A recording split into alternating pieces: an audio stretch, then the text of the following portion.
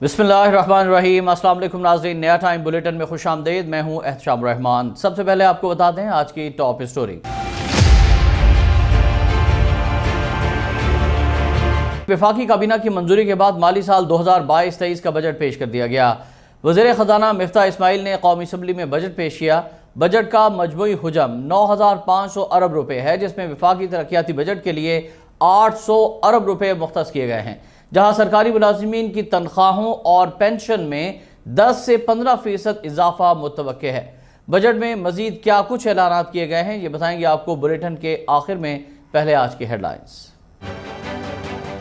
Budget में हुकूमत ने महंगाई में इजाफे का खदशा जाहिर कर दिया। वफाकी तरक्याती बजट के लिए NHA के लिए 121 अरब 51 करोड़ रुपए मुख्तस करने की तजवीज़ दी गई। काबीना डिवीजन को 60 अरब रुपए से जायद मिलने का इम्कान। एटमी तवानाई कमीशन के लिए 25 अरब 59 करोड़ और वजारत रेलवेज के लिए 33 अरब 10 करोड़ मुख्तस करने की तजवीज़। वजारत सेहत के मनसूबों के लिए 12 अरब और तालीम के मनसूबों के लिए 6 अरब रुपए रखने की तवक्को। बजट पेश करने से चंद घंटे पहले अवाम पर महंगाई का नया बोझ। घी की कीमत में 25 रुपए का इजाफा, घी की किल्लत का खदशा। दर्जा अव्वल घी 580 रुपए किलो हो गया। दर्जा अव्वल कुकिंग ऑयल की कीमत 590 रुपए फी लीटर हो गई। लॉन्ग मार्च के दौरान इस्लामाबाद में तोड़फोड़ का केस। सुप्रीम कोर्ट में इस्लामाबाद पुलिस ने रिपोर्ट जमा करा दी, जिसमें इमरान खान को बदनज़मी का जिम्मेदार करार दिया गया है। रिपोर्ट में कहा गया है कि चेयरमैन PTI ने मुजाहिरीन को रेड जोन में दाखिल होने की हिदायत की। मुजाहिरीन असलहा से लेस थे, डंडे भी उठा रखे थे। फवाद चौधरी, इमरान इस्माइल समेत दीगर रहनुमा अपने कारकुनों को इश्तियाल दिलाते रहे।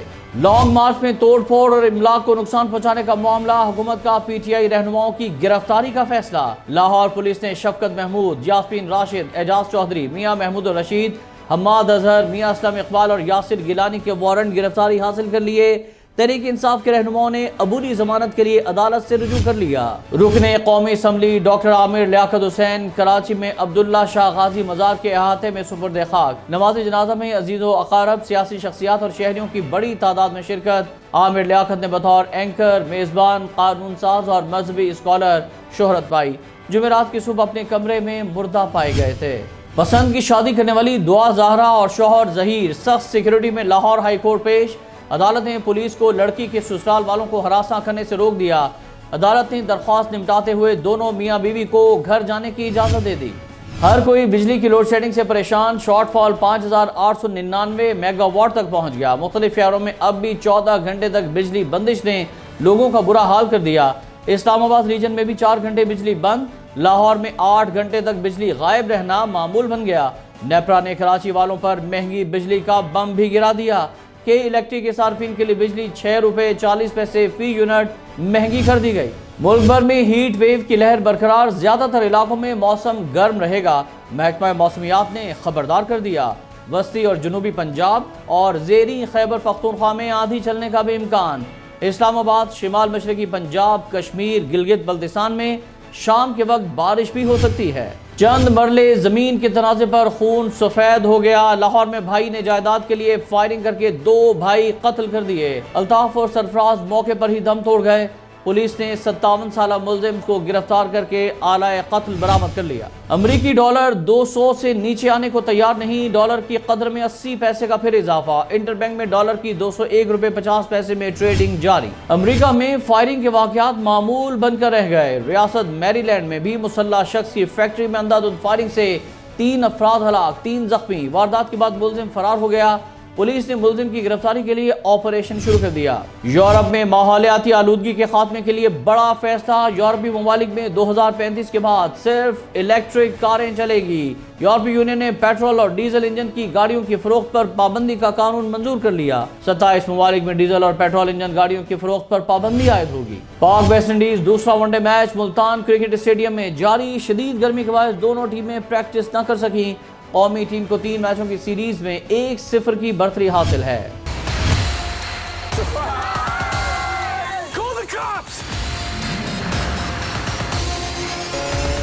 और बहन भाइयों की दुश्मनी और खानदानी राजों की कहानी। हॉलीवुड की crime thriller film take the night का ट्रेलर जारी। फिल्म 8 जुलाई को नुमाइश के लिए पेश की जाएगी। नाज़रीन, हेडलाइंस आपने जानी। अब बात करते हैं आज की टॉप स्टोरी से मुतालिक। तो आपको आगाह करें कि महंगाई के सताए अवाम को रिलीफ मिला या तकलीफ। हुकूमत ने नए माली साल का वफाकी बजट पेश कर दिया है। 9,500 अरब रुपए के हुजम के बजट में कई नए टैक्सेस लगा दिए गए हैं, जिससे महंगाई का नया तूफान आएगा। चंद रोज में पेट्रोल 60 रुपए महंगा करने वाली हुकूमत से अवाम को कोई उम्मीद नहीं है। बजट में तरक्याती कामों और दिफा के लिए अरबों रुपए रखे गए हैं, जबकि कई सेक्टर्स में टैक्स लगाकर अवाम पर अरबों रुपए का बोझ डाल दिया गया है। इस बारे में मजीद बात करेंगे लाहौर चैम्बर ऑफ कॉमर्स के सीनियर नायब सदर जनाब मियां रहमान अजीज चंद साहब से हमारे साथ टेलीफोन लाइन पर है। सर अस्सलाम वालेकुम, बहुत शुक्रिया आपकी कीमती वक्त का। फरमाइएगा, मजबूरी तौर पर यह खसारे वाला बजट है, हुकूमत की जानिब से पेश किए जाने वाले बजट को आप किस निगाह से देखते हैं?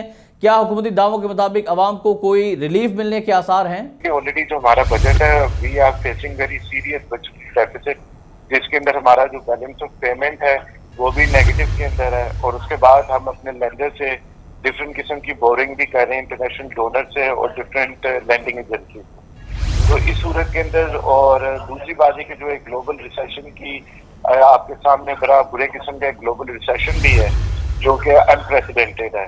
तो क्या कहते हैं, इन सर्कमस्टेंसेस के अंदर तो मेरे ख्याल से बजट जो सा वो क्या कहते हैं पब्लिक फ्रेंडली नहीं हो पाएगा।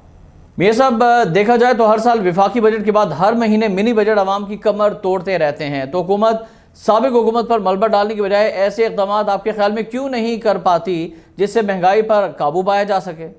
पहली बात है कि इन्फ्लेशन तो ऑलरेडी हो रही है और मजीद इन्फ्लेशन के अंदर इजाफा होगा, और मेरा नहीं ख्याल कि उसके अंदर गवर्नमेंट कुछ इतना उसके अंदर रोल प्ले कर सकती है। जब इंटरनेशनल कमोडिटी प्राइसेस इंक्रीज करेंगी और हमारे पाकिस्तान के अंदर भी जो रॉ मटेरियल और जो कॉस्ट ऑफ इनपुट है वो भी बढ़ेगी और कॉस्ट ऑफ प्रोडक्शन भी बढ़ेगी, तो इन एनी केस जितनी भी आपकी कमोडिटी प्राइसेस हैं वो बढ़ेंगी और उससे इन्फ्लेशन में इजाफा होगा। और जहाँ तक हमने पहले भी देखा है प्रीवियसली कि हर क्वार्टरली बेसिस पे, यहाँ आप ये कह लें कि हर बायनल बेसिस के ऊपर यहाँ पे एक सप्लीमेंट्री बिल आता ही है फाइनेंस के ऊपर। तो मेरे ख्याल से इस बार भी it's not going to be any different.